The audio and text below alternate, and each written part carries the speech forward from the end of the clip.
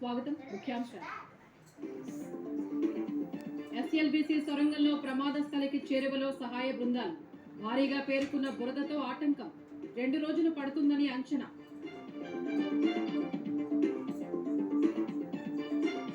చిక్కుకున్న వారు బతికే అవకాశాలు లేవన్న మంత్రి జూపల్లి.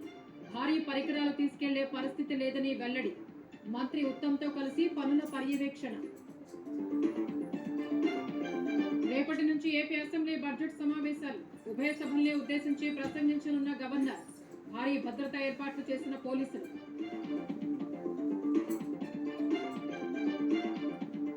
ఏపీలో ప్రశాంతంగా ముగిసిన గ్రూప్ 2 మెయిన్స్. ఆలస్యంగా వచ్చిన వారికి అనుమతి నిరాకరణ. 92% మంది హాజరైనట్లు ఏపీపీఎస్సీ వెల్లడి. ఘనంగా యాదాద్రి ఆలయ స్వర్ణ గోపురం ఆవిష్కరణ వేడుక. ప్రత్యేక పూజలు చేసిన సీఎం రేవంత్ రెడ్డి. భారీగా తరలివచ్చిన భక్తులు. ఏఐ రంగంలో భారత పురోగతి అద్భుతమన్న ప్రధాని. ఆదిలాబాద్ ఉపాధ్యాయుడి కృషికి ప్రశంస. దేశంలో ఊబకాయం సమస్యపై మోదీ ఆందోళన. భారత్లో 7 ప్రాజెక్టులకు $750 మిలియన్ యుఎస్ఏ.